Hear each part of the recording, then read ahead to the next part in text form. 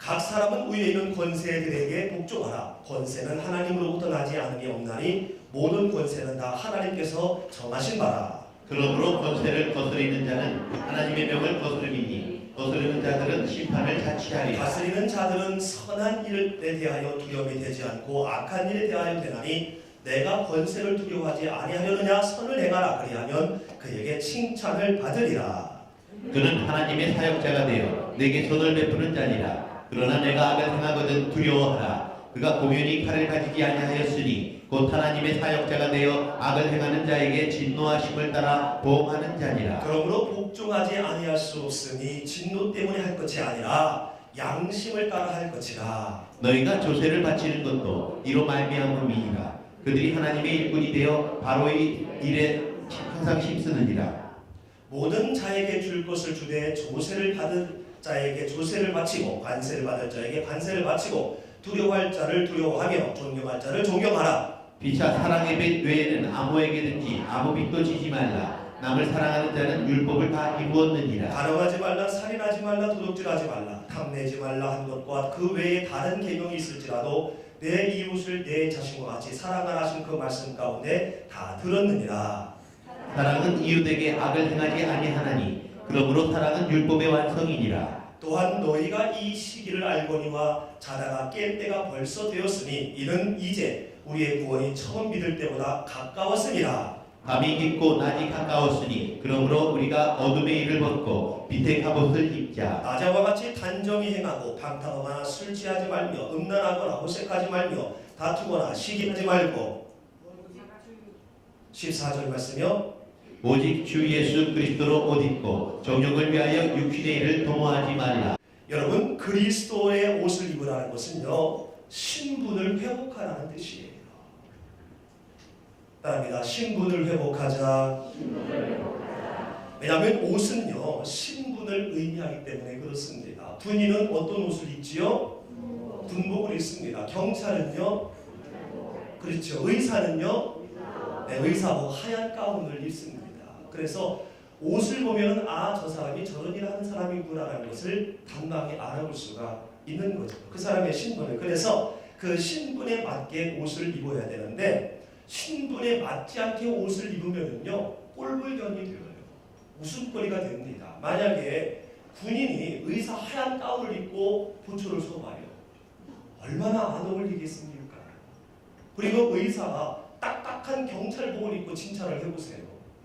감기 때문에 병원 갔다가 안 걸릴 수 있을 거예요. 뭔가 어울리지 않다는 겁니다. 엉뚱한 옷을 입으면 안 되는 거예요. 그리스도인은요, 그리스도의 옷을 입어야 돼요. 그리스도인은 그리스도의 옷을 입어야 될 줄로 믿습니다. 엉뚱한 옷을 입게 되면요, 웃음거리 되어지고요. 그 사람의 신분이 분명히 그 신분임에도 불구하고 의사로서 의사의 역할을, 기능을 발휘하지 못하며 사람이 그 사람의 의사인 것을 알 수도 없게 된다는 겁니다. 멀쩡한 사람이 왜 예비군 옷을 입혀놓으면 반건달이 됩니까? 참 희한해요. 정말로 정갈한 사람이고요. 말도 점잖은 사람인데 이상하게 군복을 입혀놓으면 예비군 옷을 입혀놓으면 지나가는 여자한테 힙한 불로 쌓고 아무 데나 앉고요. 아무 데나 오줌 눕고요. 아무 데서나 담배 피고요. 반건달이 돼요. 그렇다고 해서 그 사람이 건달입니까? 아닙니다. 그 옷을 입음으로 그의 군부를 잃어버리고 반건달 행동을 하는 거예요. 그러므로 우리가 바른 옷을 입으려면요, 내 신분이 무엇인지를 정확히 알아야 돼요. 내 신분을 정확히 알면 예비군 옷 입어도요, 신사복 입은 것처럼 앉을 때도 조심하고요, 사람 대할 때도 조심하고 그 신분에 맞게 행동할 수가 있게 되는 거거든요. 그러므로 우리가 그리스도로 옷을 입어야 되는데 그리스도로 옷을 입으려면 내 신분이 무엇인지 정확히 알아야 됩니다. 어설프게 아니라 정확히 알아야 되는데 우리의 신분에 대해서 베드로전서 2장 9절 말씀에서 밝히 말씀하고 있습니다. 같이 한번 읽습니다. 시작. 너희는 택하신 족속이요 왕같은 제사장들이요 거룩한 나라요 그의 소유가 된 백성이니 이는 너희를 어두운 데서 불러내어 그의 기이한 빛에 들어가게 하시니에 아름다운 덕을 선포하게 하려 하십니다. 아멘. 첫 번째로는 따라합니다. 택하신 족속이다. 양옆에 사람하고 인사합니다. 당신은 택하신 족속입니다. 아멘. 여러분, 신분이 택하신 족속이라는 것을 확신하시기를 바랍니다. 절대로 잃어버리면 안 됩니다.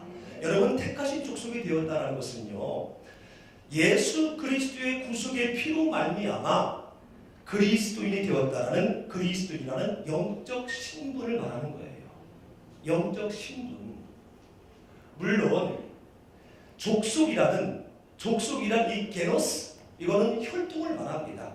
출생을 말하거든요. 그래서 유대인들은 우리만 아브라함의 혈통이다.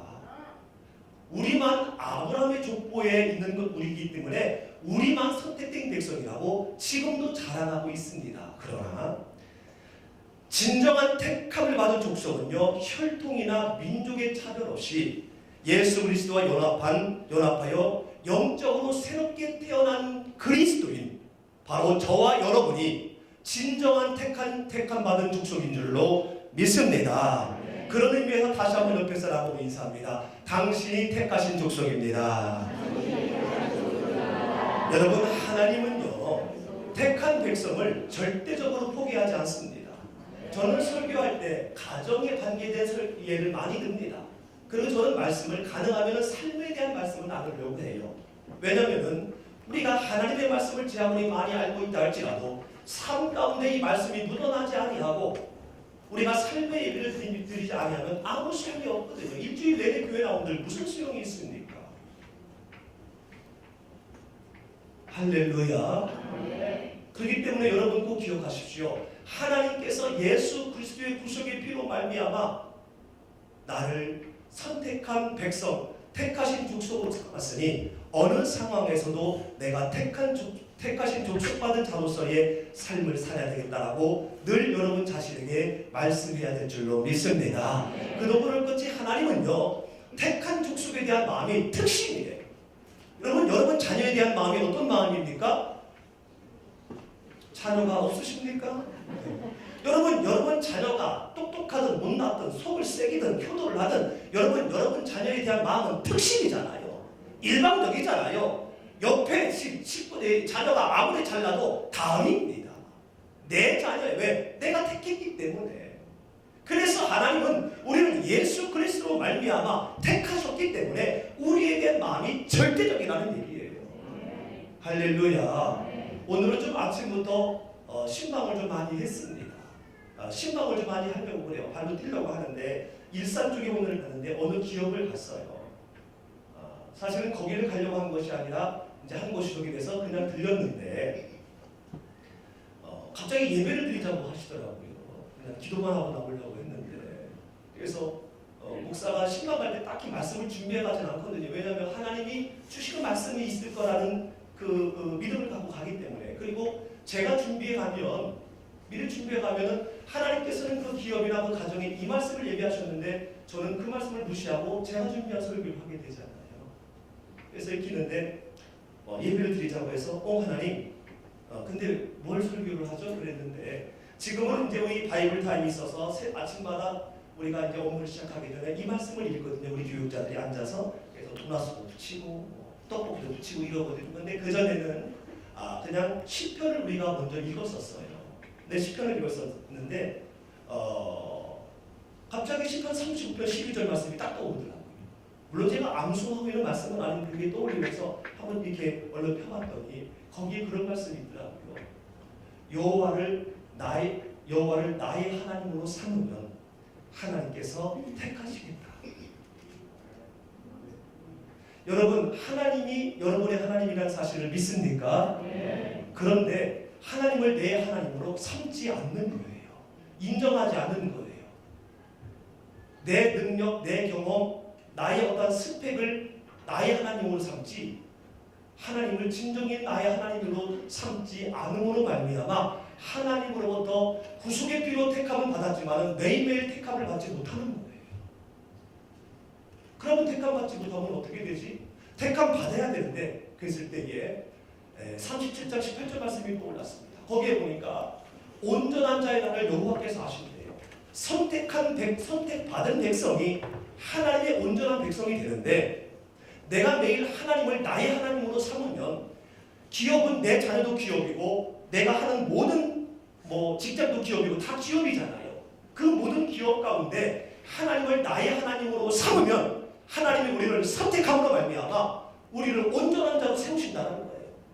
그러면서 우리의 온전한 자의 일을 그분이 아시면서 그 기업을 영원히 인도하신다고 했어요. 그 기업이 영원하리라. 여러분, 어떻게 나의 자녀의 기업이 영원합니까?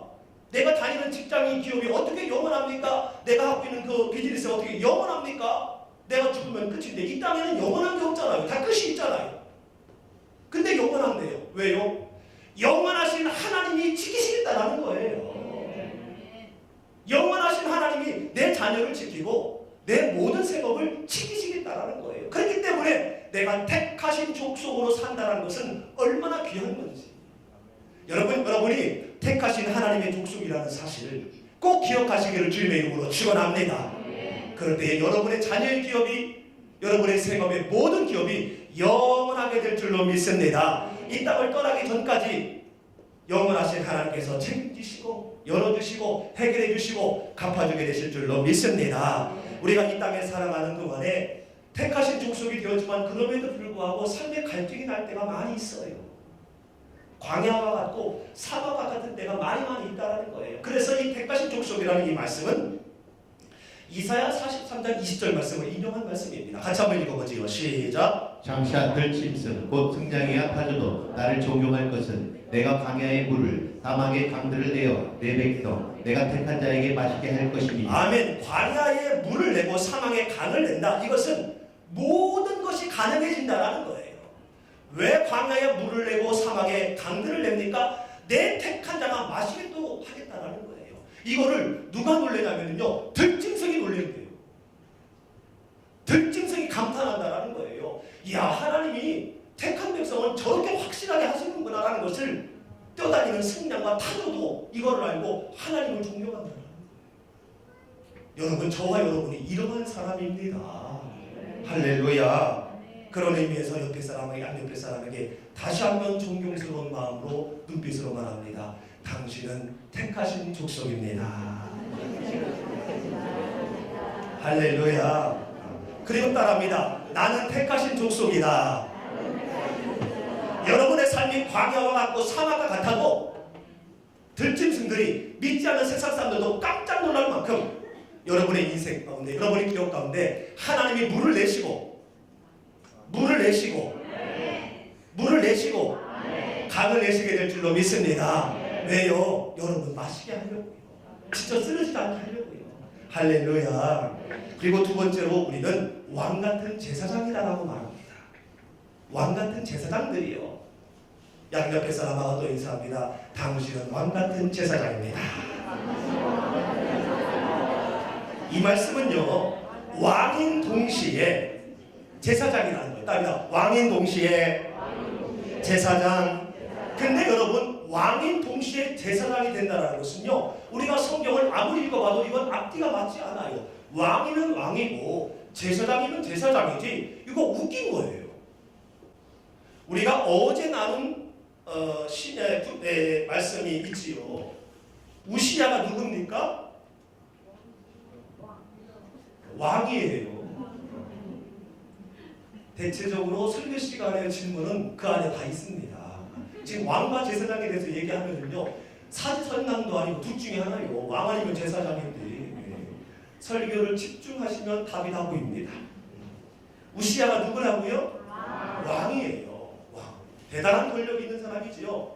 그런데 오전에 보니까요, 이분이 얼마나 귀했냐면은 그의 곁에는 하나님을 경외하도록 가르쳐주는 스가랴가 있었는데, 스가랴가 살아있는 동안 우시야는 하나님의 뜻을 찾았다. 그가 주님의 뜻을 찾는 동안 하나님께서 그가 하는 일마다 잘 되게 하셨다. 우시야 왕이 이렇게 스가랴의 가르침대로 했을 때 너무너무 잘 됐거든요. 스가랴가 제일 좋아하는 것이 뭐였지요? 농사 짓는 것이요. 농사 짓는 거. 새벽에 우리가 말씀 분무사를 통해서 들었잖아요. 제일 좋아하는 게 농사 짓는 건데 농사 짓는 사람은요 전쟁을 해도 매일 이기고요 뭘 해도 다 되는 거예요. 이게 바로 뭡니까? 만사형통. 하나님만 바라고 하나님을 경배할 때 이러한 역사가 우리의 삶 가운데 있어지게 될 줄로 믿습니다. 그런데요 16절에 가보니까 우시야 왕은 힘이 세워지면서 교만하게 되었어요. 교만하게 된 다음부터 한 일이 바로 뭐냐면요 하나님의 일을 하는 것을 도전하는 거예요. 왕은 일반적인 사회의 법을 주관하는 사람이고요 제사장은 하나님의 법을 주관하는 사람인데 사회적으로 외적으로 강해지자마자 하나님이 하는 일을 도전하는 거예요. 악한 일을 저지르려고 말았다. 주님의 성전 안에 있는 분향단에다가 분향을 하려고 그리로 들어간 거예요. 제사장이 아닌데 왕인데 왕은 들어갈 수 없어요. 큰일 납니다. 이것은 주 하나님께 죄를 짓는 일이다. 그래서 아사랴 제사장이 80명을 데리고 따라가면서 안 됩니다. 안 됩니다. 당신은 왕이지 제사장이 아닙니다. 이 나라의 최고의 사람이지만은 그러나 목사님들이 하는 일을 당신이 하면 안 됩니다. 당신 그러면 큰일 납니다. 라면서 제사장 목사들 80명이 쫓아가면서 절대로 그러면 안 돼요. 안 돼요. 라고 막 말렸어요. 그랬을 때에 이 왕이 뭐라고 합니까? 성질을 내는 거예요. 화를 내는 거예요. 그러면서 제사장이 할 일을 해버리고 맙니다. 그랬을 때에 어찌합니까? 그의 이마에 바로 나병이 생기고 말아요. 문둥병 환자가 돼가지고요. 결국은 별궁에서 격리되어 일생을 살았고요. 나중에 죽은 다음에는 23절에 보니까 왕가에 속한 변두리 땅에 장사되었더라. 왕의 역할만 해야 되는데 제사장 역할까지 넘봤다가 왕권도 잃어버리고 가문의 모든 영광도 다 잃어버리고 그 나머지 인생이 완전히 망하고 말았다라는 거예요. 그런데요 오늘 베드로는 우리에게 말합니다. 우리가 왕인 동시에 제사장이야. 별로 이렇게 감동이 없을 줄 미처 몰랐네. 여러분 우리가 왕같은 제사장이라는 이 신분이 이만큼 어마어마한 신분입니다. 여러분 자신을 너무 과소평가하지 마십시오. 여러분 정말 대단한 분입니다. 아멘. 왕의 권세가 있고요. 또한 하나님의 일을 적극적으로 할 수 있는 그러한 제사장, 목사의 일을 할 수 있는 그러한 능력과 권한이 여러분에게 있다는 거예요. 할렐루야. 여러분은요 예수님의 이름으로 말미암아 하나님의 일을 할 수 있는 제사장이 되었고요. 또한 예수님의 이름으로 말미암아 이 땅에 사는 동안에도 왕노릇하는, 전에는 사망으로 인하여 사망 가운데 왕노릇했지만 지금은 생명 안에서 예수를 통해서 왕노릇하는 그러한 신분으로 변했다는 거예요. 이 사실을 로마서 5장 17절 말씀에 증거를 하고 있습니다. 같이 한번 읽어보지요. 시작. 한 사람의 범죄로 말미암아 사망이 그 한 사람을 통하여 왕노릇하였은즉 더욱 은혜와 의의 선물을 넘치게 받은 자들 한 분 예수 그리스도를 통하여 생명 안에서 왕노릇하리로다. 아멘. 예수 그리스도를 믿음과 동시에 우리는 그의 구속의 피로 말미암아 제사장이 되었고, 내가 입을 열어 야훼 이름을, 하나님의 이름을 부르면서 기도해도 안 죽어요. 예전에는요 구약에는 하나님의 이름을 부르면 직사했습니다. 복게 만지면 직사했어요.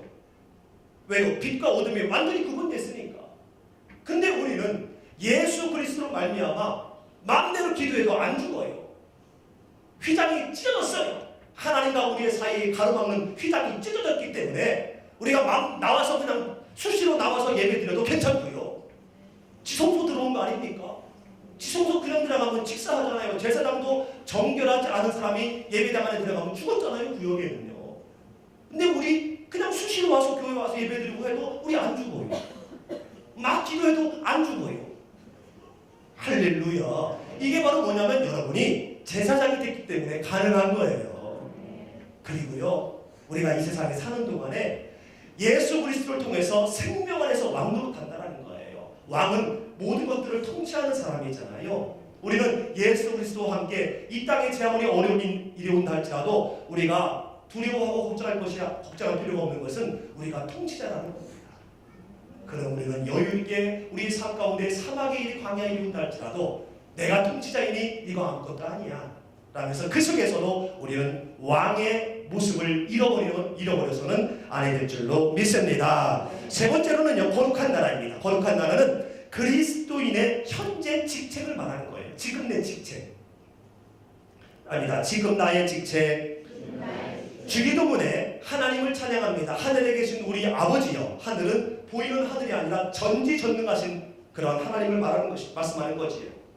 전지전능하신 하나님, 하늘에 계신 우리 아버지여, 이름이 거룩히 여김을 받으시고, 전지전능하시기 때문에 거룩히 여김을 받아야 되죠. 그 다음에 나라에 임하오시며, 비로소 하나님과 우리의 관계를 들어옵니다. 나라에 임하오시며, 여기서 말하는 나라가 바로 뭡니까? 하나님의 나라지요. 천국이지요. 여러분, 천국은 뭡니까? 영생 아닙니까? 영생. 할렐루야. 그리고 천국은 뭡니까? 슬픔이 없고 아픔이 없고 늘 기쁨만 있는 것이 천국 아닙니까? 그 천국이 이 땅에 그대로 이루어지게 하여 주시옵시고, 이 일을 우리가 해야 된다는 거예요. 우리가 현재 맡은 그 직책이 바로 뭐냐면, 이 천국이 내가 죽은 다음에 가는 것뿐만 아니라 이 땅에서도 그 천국이 이루어질 수 있다는 이 사실을 전하는 것이 바로 우리가 갖고 있는 현재 직책이라는 거예요. 전도하라는 겁니다. 아멘. 우리가 이 사명이, 우리의 신분이 바로 이러한 일을 하는 거란 얘기예요. 그리고는 소유된 백성이 되었다. 이것은 특별한 대가를 지불하여 획득했다. 특별한 대가. 하나님은요, 우리를 다시 하나님의 형상으로 회복하시기 위해서 예수 그리스도를 십자가에 못 박고 피를 완전히 흘리게, 예수님의 사인은요, 바로 뭐냐면 말라 죽으신 거예요. 여러분, 피 좀 흘리면 어지럽잖아요. 몸속에 있는 모든 피가 다 흘리시면서 6시간 동안 다 흘러내리시면서 결국은 구약에 있는 제사법대로 그분이 말라 들어가시거든요. 그 엄청난 대가를 지불하고 획득한 사람이 바로 누구냐면 저와 여러분입니다. 그래서 하나님은 자신 있게 말씀하는 거예요. 너는 내 백성이야. 너 내 거야. 고백합니다. 하나님, 저는 하나님 겁니다. 할렐루야. 연애할 때 남녀가 그러잖아요. 나 너 거야 이러잖아요. 그러면서 너는 내 안에 있다. 나 안에 이게 뭐 있어. 원래 하나님은요, 우리를 지으신 목적이 바로 뭐냐면 하나님을 찬양하기 위해서, 영광 돌리게 하기 위해서 우리를 지으셨거든요. 이사야 84장 21절 말씀해 보니까 이렇게 말씀하고 있습니다. 나를 찬송하게 하려고 내가 지었다. 그런데 죄로 말미암아 하나님과 우리의 사이가 벌어졌어요. 하나님을 찬양할 수 없게 되었어요. 하나님의 이름을 잘못 부르면 죽일 수밖에 없는 그런 상황이 되어지고 말았다라는 겁니다. 그래서 하나님은 특별한 대가를 지불해서 다시 소유된 백성으로 만들었습니다. 왜요? 아낌없이 사랑하냐고. 그래서 이거를 말라기 3장 17절에서는 이렇게 증거합니다. 시작. 만군의 여호와가 이르노라. 나는 내가 정한 날에 그들을 나의 특별한 소유로 삼을 것이요, 또 사람이 자기를 섬기는 아들을 아낌없이 내가 그들을 아끼리니. 아멘. 이렇게 하나님께서 여러분을 아끼시기 때문에 오늘 이렇게 금요 저녁에 주님의 교회에 안전하게 나오게 된 줄로 믿습니다. 내가 아무리 운전을 잘해도 상대방에서 들이닥치면 재간이 없어요. 피할 재간이. 하나님이 우리를 철두철미하게 우리가 우리의 자녀를 아끼듯이 아끼시기 때문에 우리가 저녁에 눈을 감을 수 있고 아침에 눈을 뜨고 하루 우리가 온전하게 생활을 할 수 있게 되는 줄로 믿습니다. 여러분, 여러분의 신분이 무엇입니까? 따릅니다. 나는 택한 족속이요, 왕같은 제사장이요, 거룩한 나라요, 소유된 백성이다. 여러분의 신분을 꼭 기억하시기를 주님의 이름으로 축원합니다. 그러면 이러한 신분을 갖고 있는 우리는 어떻게 해야 되나? 어떻게 살아야 되나? 이거를 그 다음 절 이제 오늘 본문에서 말씀하고 있는 겁니다. 오늘은 좀 친절하게 구분을 해보았어요. 1절에서부터 7절까지는요. 우위의 권세에 순종해라. 우위의 권세에 순종해라. 왜냐하면 우위의 권세는 그들을 통해, 우위의 권세를 통해서 권선징악이 일어나거든요. 이거는 하나님이 하신 일과 일치해. 그렇기 때문에 우위의 권세에 순종하라고 말씀하고 있고요. 왜? 택한 족속, 왕같은 제사장, 소유된 백성은 우위의 권세에 순종하라고 말씀하고 있거든요. 해야 돼요. 아멘. 그리고 두 번째는 사랑의 빚을 지라, 갚아라. 이게 율법의 완성이기 때문에 사랑의 빚을 지고 또 사랑의 사랑을 갚으라고 우리에게 말씀하고 있습니다. 그리고 택한 독수교 왕같은 제사장이며 소유된 백성인 우리는 깨어 있어야 된다. 낮과 같이 단정해야 된다. 종말론적인 삶을 살아야 된다. 마지막 날이 언제인지 모르기 때문에 이렇게 말씀하고 있습니다. 첫 번째로 그러면 위에 있는 위 권세에 순종하라 했는데 권세자들에게 순종하라, 복종하라. 1절 2절 말씀 같이 한번 읽지요. 시작. 박사는 위에 있는 권세들에게 복종하라. 권세는 하나님으로부터 나지 않으며 없나니 모든 권세는 다 하나님께서 정하신 바라. 그러므로 권세를 거스르는 자는 하나님의 명을 거스르니 거스르는 자들은 심판을 자취하리라. 아멘. 여러분의 모든 사람 위에 위임권자가 있지요. 그렇습니까? 여러분 위에 권위자가 있잖아요. 있습니까? 가정에도 있고 직장에도 있고 교회에도 있고 다 있어요.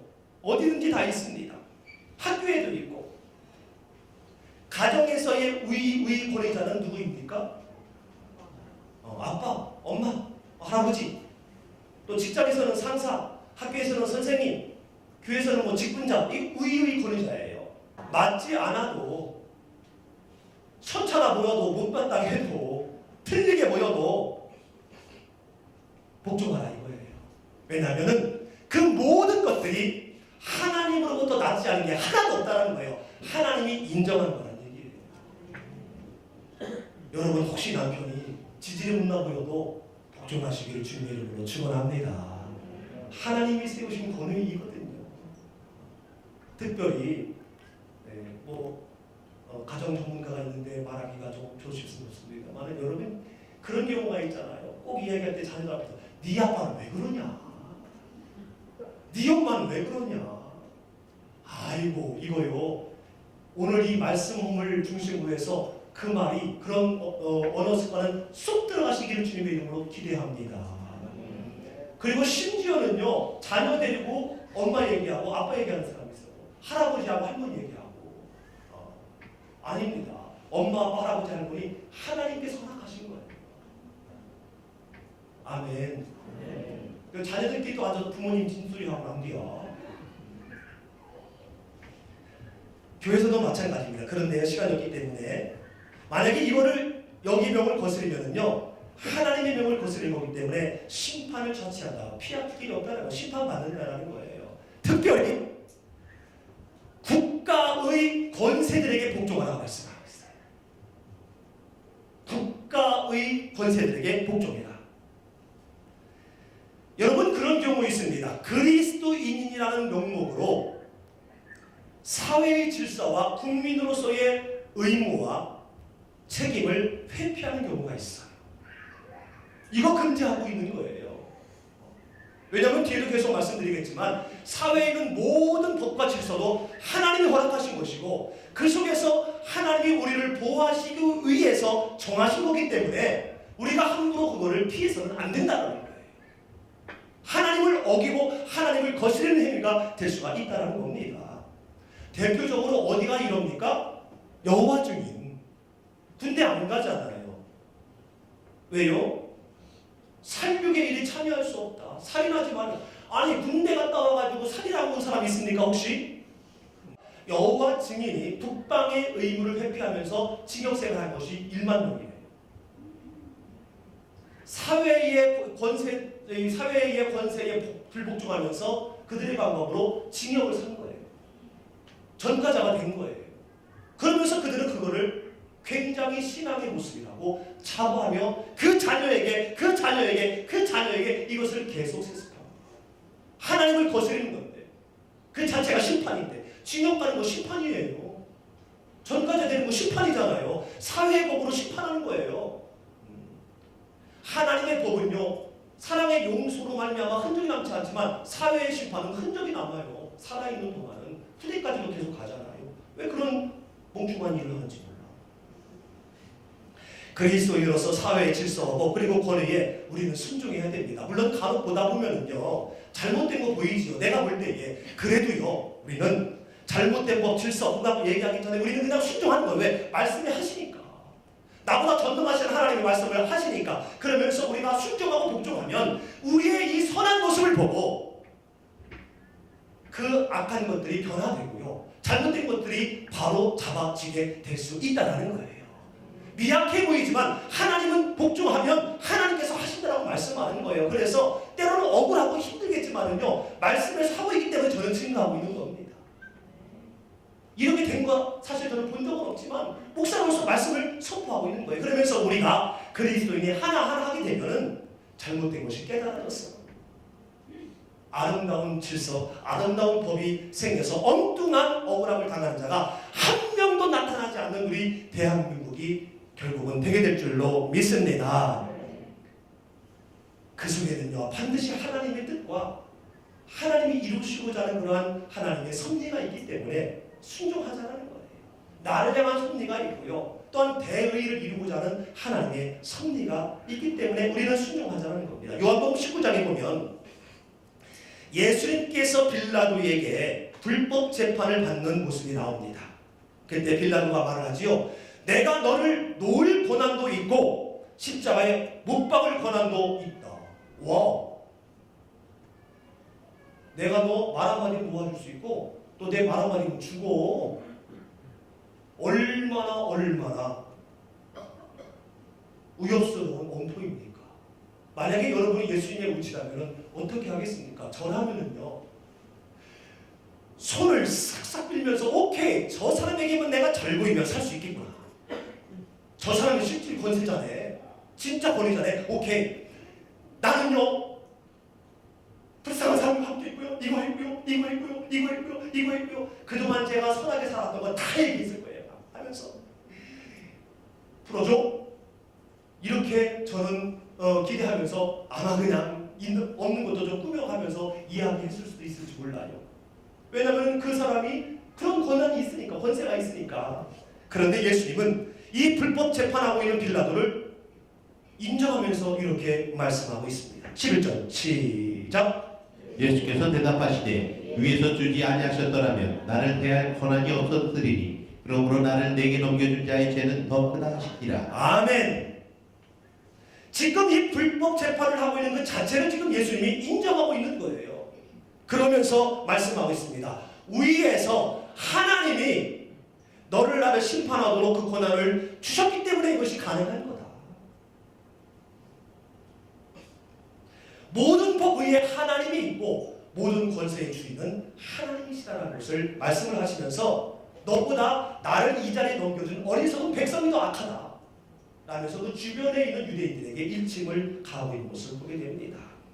하나님의 뜻이 있기 때문에 예수님을 재판하는 그 재판장 위에 불법으로 빌라도를 허락하신 거예요. 왜? 인류 구원을 위해서 예수님이 죽으셔야 되고 이 역할을 해야 될 사람이 필요했기 때문에, 그리고 예수님이 이것을 아셨기 때문에 순종하는 거예요. 억울한 일을 당하고 조롱을 받아도 중상모략을 당해도 묵묵히 이것을 참고 인내하며 인정했던 거예요. 불법이지만, 악한 법이지만, 생사람을 그냥 반역으로 물고 하는 거지만 인정하고 있는 거예요. 왜? 악한 사회법이지만 그 속에 하나님의 섭리가 있는 것을 인정했기 때문에. 여러분, 사회의 법과 질서 그리고 국민으로서의 의무와 책임 다해야 할 줄로 믿습니다. 할렐루야. 신호등도 잘 지키고요. 여러 가지가 있는데 지금 시간 때문에 하나만, 신호등 잘 지키고. 그러면은요, 오, 내가 택하신 육수요 왕같은 제사장으로 오늘 한 걸 했는데, 전에는 불법 유통했는데 안 했어요. 오, 내가 택하신 육수요 왕같은 제사장으로 오늘 한 걸 했는데 제대로 그리스도의 옷을 입었는데, 오 할렐루야 하면서 자기 머리를 한번 쓰다듬게 될 거예요. 그리고 4월 13일 날 20대 국회의원 선거 있거든요. 꼭 하십시오. 아, 왜 주요부야? 꼭 하셔야 됩니다. 아멘. 왜냐면 우리의 의무고 우리 권리예요. 기도하세요. 여러분 지옥에 나온 분 있으면요, 사진 보고 기도하세요. 하나님을 두려워하는 자가 되게 하옵소서. 하나님을 두려워하는 자가 되게 하옵소서. 기도하고요, 감독님들은 키워야 돼요. 아멘. 그게 바로 뭐냐면 권위자에게 복종하는 거예요. 하나님이 세운 자에게 복종하는 겁니다. 그리고 이렇게 사회의 모든 법과 질서에 우리가 순종하고 복종해야 되는 것은요, 이 모든 속에서 우리를 보호하시는 하나님의 섭리가 있기 때문에 그렇습니다. 계속되는 말씀, 그거를 3절부터 7절까지 말씀을 하고 있는데, 보게 되면요, 다스리는 자는 이것을 우리로 말하면 우리 대한민국에 있는 모든 법, 모든 질서, 모든 통치자 다 통틀는 사람일 거예요. 이 사람들은요, 선한 일을 하는 사람은 그거를 두려워하지 않아요. 법을 두려워하지 않아요. 누가 두려워합니까? 전과자. 어느 텔레비를 보니까 왜 호각 소리가 나면 무조건 뛰는지 몰라. 왜 경찰차만 보면 그냥 특범주 털어오는지 몰라. 왜 그럽니까? 법이 무서운 거예요. 전과자니까. 선한 일을 하지 않은 사람은요, 무서워요. 다스린 자들이 무서워요. 그러나 선한 일을 하는 사람은 그렇지 않습니다. 그러면서 혹시 내가 두려움이 될 것 같으면요, 선을 행하라. 지켜라. 법을 지키고 질서를 지키고 해라. 그러면 대한민국의 모든 법, 질서, 위정다 전혀 그 앞에 우리가 두려워하지 않는다는 거예요. 그리고 결국 그들과 모든 법과 이것들은요, 하나님이 사역자로 삼아서 우리에게 우리의 삶에 유익하도록, 선을 베풀도록 유익하도록 만드신 거예요. 그럼에도 불구하고 악을 행하면 큰일 납니다. 악을 행하면 두려워지게 되는 거예요. 그리고 공연히 칼을 가지지 아니하였느냐. 칼이라는 것은 이 땅의 심판입니다. 칼은 심판이잖아요. 잘못하면은요, 구치소 가게 되고요, 잘못하면 연행되고요, 전까지 되는 거예요. 하나님이 괜히 공연한 칼을 놓은 게 아니라는 겁니다. 사회에서도 우리가 그리스도의 옷을 벗어버리지 아니하도록 칼을 준비하신 거예요. 여러분, 아무리 믿음 좋아도요, 남의 거 훔쳐가요. 당장 칼의 보험을 받게 되는 거지. 그렇게 되지 않도록 해야 된다는 거예요. 반드시 보험이 있다. 반드시 거기에 대한 징계가 있다. 1만 명의 여호와 증인을 한번 보십시오. 하지 아니하니까 칼이 가만히 있지 아니하고 10,000명이나 교도소에다 집어넣잖아요. 어리석은 겁니다. 보험이 있다는 거예요. 그러면서 5절 말씀에서도 계속 말씀합니다. 그렇기 때문에 너희들은 이 진노가 무서워서 복종하지 말고, 진노 때문에 하지 말고 내가 그리스도인으로서의 그 양심에 따라서 자원하여 하라는 거예요. 그러므로 모든 자에게 줄 것을 하되 모든 사람에게 할 의무를 다하되 바칠 것은 바치고 내 건 내고 두려울 자는 두려워하고 존경한 자는 존경해야 된다. 어디에서? 사회에서. 할렐루야. 그런데 우리가 권위자에게서 복종함으로 말미암아 그리스도 안에서뿐만 아니라 사회에서도 하나님이 허락한 모든 법과 질서를 통해서 안전히 보호받게 될 줄로 믿습니다. 그리고 두 번째로는 바로 뭐냐? 사랑의 빛을 지라라고 말씀합니다. 8절 말씀부터 같이 한번 읽어보죠. 다 같이 읽습니다. 시작. 빛이야, 사랑의 빛 외에는 아무에게든지 아무 빛도 지지 말라. 남을 사랑하는 자는 율법을 다 이루었느니라. 간음하지 말라, 살인하지 말라, 도둑질하지 말라, 탐내지 말라 한 것과 그 외에 다른 계명이 있을지라도 내 이웃을 내 자신과 같이 사랑하라 하신 그 말씀 가운데 다 들었느니라. 사랑은 이웃에게 악을 행하지 아니하나니 그러므로 사랑은 율법의 완성이니라. 아멘. 바울은 하나님께서 세우신 세상의 권위에 순종할 것을 밝히기 위해 그리스도인으로서 어떤 역할을 해야 될지에 대해서 밝히 말씀합니다. 그는 단호히 사랑의 빚진 자가 되어라. 서로 사랑의 빚진 자. 피차는 서로죠. 그리고 이 빚 외에는 지지 말아라. 여러분, 사랑의 빚은 행복합니다. 그치요? 행복한 빚이에요. 은행이나 이런 데서 빚지면은 그건 참 밤잠 설치지만, 그러나 사랑의 빚을 지면은요, 너무너무 행복해요. 여러분, 대표적으로 여러분 부모님에게 계속 사랑이 빚지고 있잖아요. 근데 여러분, 빚은요, 졌으면은요, 반드시 갚아야 돼요. 사회에서도 빚 안 갚으면은요, 큰일 납니다. 그렇기 때문에 보이지 않는 무형적인 빚이지만, 그러나 이 빚 갚아야 할 줄로 믿습니다. 여러분, 사랑의 빚을 갚으시기를 주님의 이름으로 축원합니다. 어떻게 해요? 내 이웃을 내 자신과 같이, 이것은요, 내 식구와 같이, 내 애인과 같이 사랑하고 용서하고 이해하고 높여주고, 이 사랑의 빛, 내 이웃을 내 자신같이 사랑하는 이 모습을 갖게 되면은요, 앞에 있는 가늠하지 말라, 살인하지 말라, 도둑질하지 말라, 그 여러 계명들이 있는데 이거 다 지키게 된다는 거예요. 내 이웃을 내 자신같이 사랑하는 이 속에 이게 다 들어있다는 거예요. 이거를 못하니까 순간요 가늠하게 되어지고요, 살인하게 되어지고요, 도둑질하게 되어지는 것이고요, 토색하게 되어지는 것이고요, 이렇게 되는 겁니다.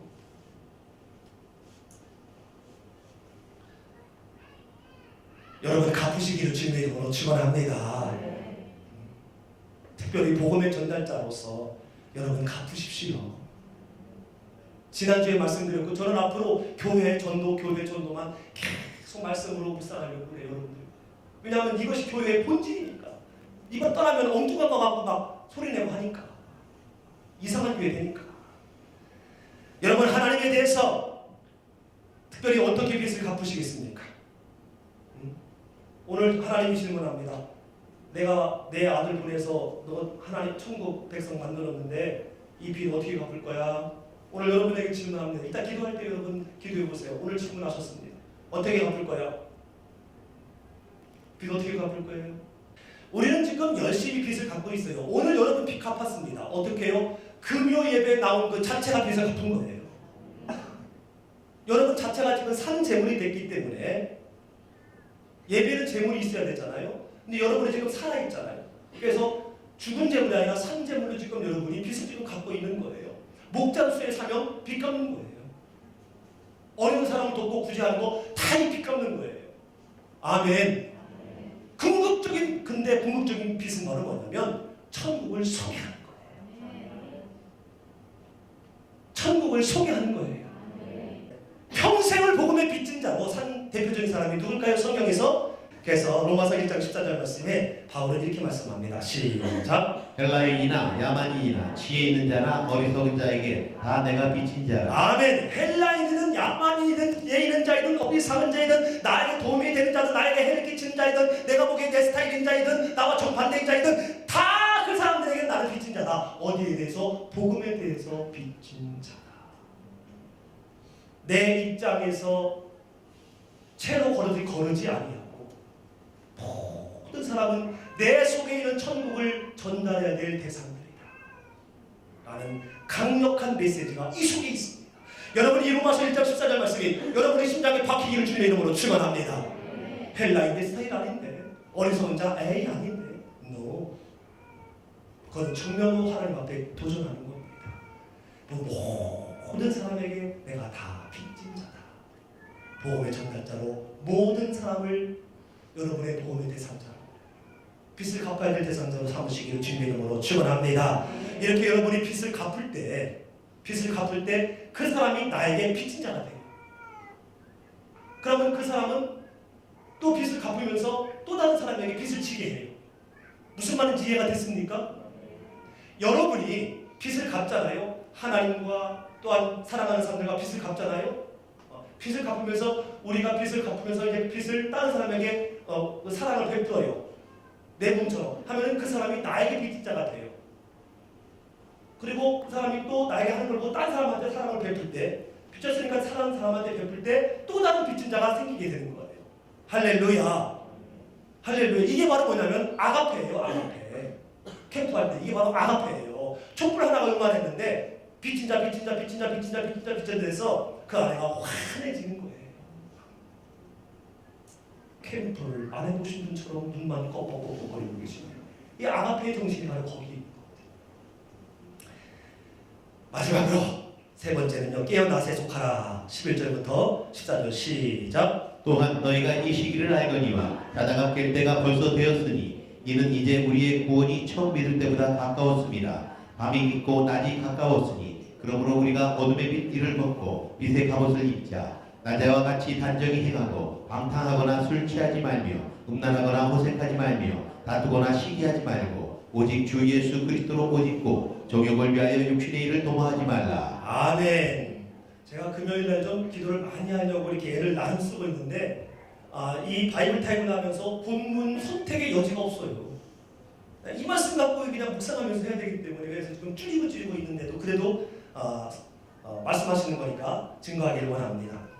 여러분 바울이 사역하는 시대에도 이 말세에 대한 동일한 위기의식이 있었던 것 같아요. 여러분 주님은요 반드시 오십니다.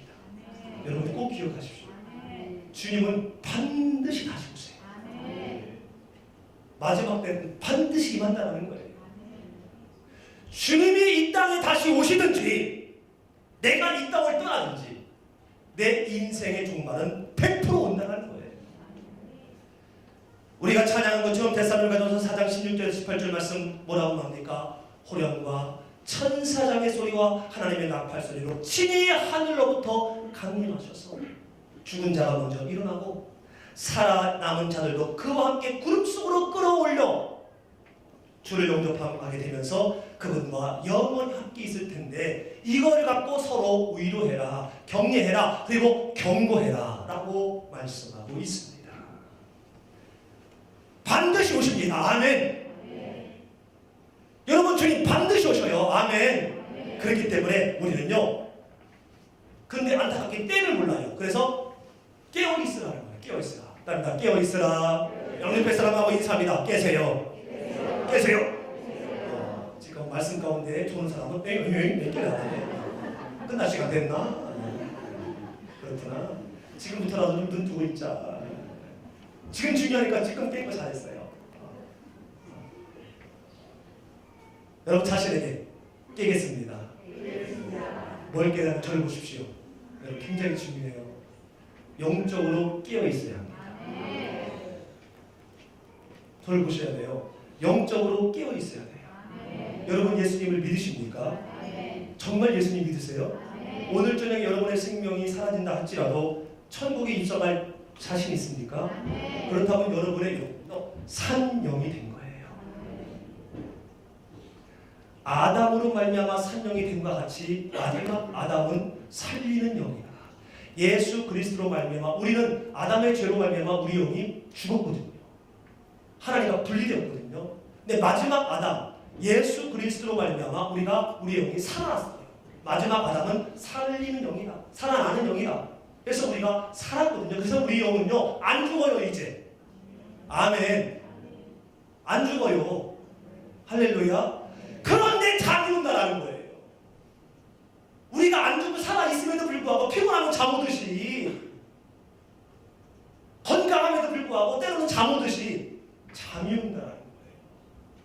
그 잠에서 깨라는 겁니다. 그 잠에서 깨지 아니하면요 여러분 신앙생활도 열심히 하고요 죄도 열심히 져요.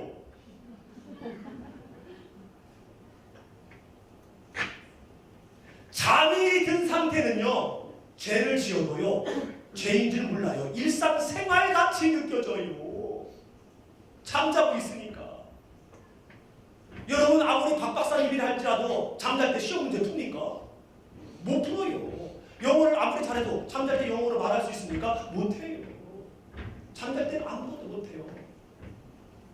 하나님의 사람으로서의 기능을 할 수가 없다는 겁니다. 영적으로 잠자면. 그래서 죄를 지어도 일상적으로는 그냥 느껴지는 거예요. 죄인 줄 모르고. 그리고 예배를 드리고 믿음의 성도들과 함께할 때 그때 또 바짝 깨. 주일 예배 드릴 때 바짝 깨. 그리고 예배 끝난 다음에 집에 교회 나가자마자 다시 가고 다시 영적으로 잠자는 거. 그러지 말자는 잠자다가 주님 오시면 어떡합니까? 마지막 때인데.